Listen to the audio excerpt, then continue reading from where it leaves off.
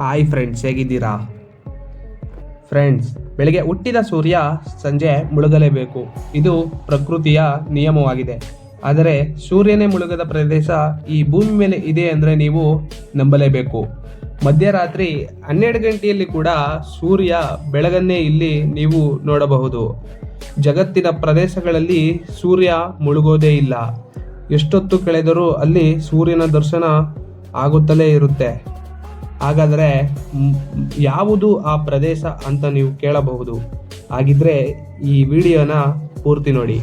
Friends, ನಾವು ಇವತ್ತು ನೋಡುತ್ತಿರುವ ಪ್ರದೇಶ ನಾರ್ತ್ ಮತ್ತು ಈಸ್ಟ್ನ ಅಟ್ಲಾಂಟಿಕ್ ಸರ್ಕಸ್ ಮತ್ತು ಸೌತ್ ಹಾಗೂ ವೆಸ್ಟ್ನ ಕೆಲ ಪ್ರದೇಶಗಳಲ್ಲಿ ನಡೆಯುತ್ತದೆ.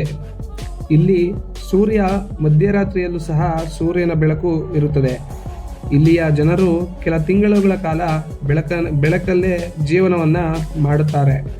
ಅದರಲ್ಲಿ ಬಹು ಮುಖ್ಯವಾದ ಪ್ರದೇಶ ಅಂದರೆ ನಾರ್ವೆ. ಇದು ಯುರೋಪ್ನ ಖಂಡಕ್ಕೆ ಸೇರಿದ ಒಂದು ದೇಶವಾಗಿದೆ. ಇದು ಪರ್ವತ ಹಾಗೂ ಬೆಟ್ಟಗಳಿಂದ ಕೂಡಿದ ದೇಶವಾಗಿದೆ. ಇಲ್ಲಿ ಮೇನಿಂದ ಜುಲೈನವರೆಗೆ ಸುಮಾರು 76 ದಿನಗಳ ಕಾಲ ಇಲ್ಲಿ ಸೂರ್ಯ ಮುಳುಗೋದೇ ಇಲ್ಲ. ಅದಕ್ಕೆ ಈ ಪ್ರದೇಶವನ್ನು ಲ್ಯಾಂಡ್ ಆಫ್ ಮಿಡ್ಸನ್ ಎಂದು ಕರೆಯುತ್ತಾರೆ.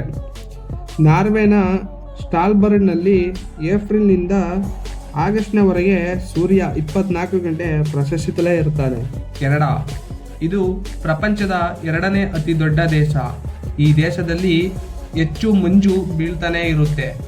ಇಲ್ಲಿನ ಒಂದು ಪ್ರದೇಶದಲ್ಲಿ ಬೇಸಿಗೆ ಕಾಲದಲ್ಲಿ 50 ದಿನಗಳ ಕಾಲ ಸೂರ್ಯ ಮುಳುಗೋದೇ ಇಲ್ಲ.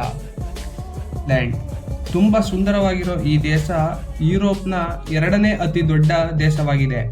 ಇಲ್ಲಿ ಬೇಸಿಗೆಯಲ್ಲಿ ಮೇನಿಂದ ಜುಲೈನವರೆಗೆ ಸೂರ್ಯ ಮುಳುಗೋದೇ ಇಲ್ಲ. 4 ಕಡೆ ನೀರಿನಿಂದ ಕೂಡಿರುವ ಈ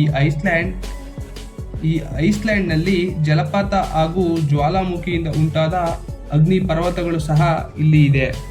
ಸ್ವೀಡನ್ ಈ ದೇಶಕ್ಕೆ ಸಂಬಂಧಿಸಿದ ಅದ್ಭುತವಾದ ವಿಷಯ ಏನಪ್ಪ ಅಂದರೆ ಅರ್ಧರಾತ್ರಿಯಲ್ಲಿ ಸೂರ್ಯ ಮುಳುಗೋದನ್ನು ನಾವು ಇಲ್ಲಿ ಕಾಣಬಹುದು.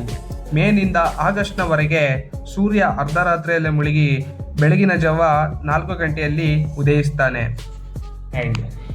ಈ ದೇಶ ಒಂದು ಪ್ರವಾಸಿಗರ ತಾಣವಾಗಿದೆ. ತುಂಬ ಸುಂದರವಾದ ದೇಶ ಕೂಡ.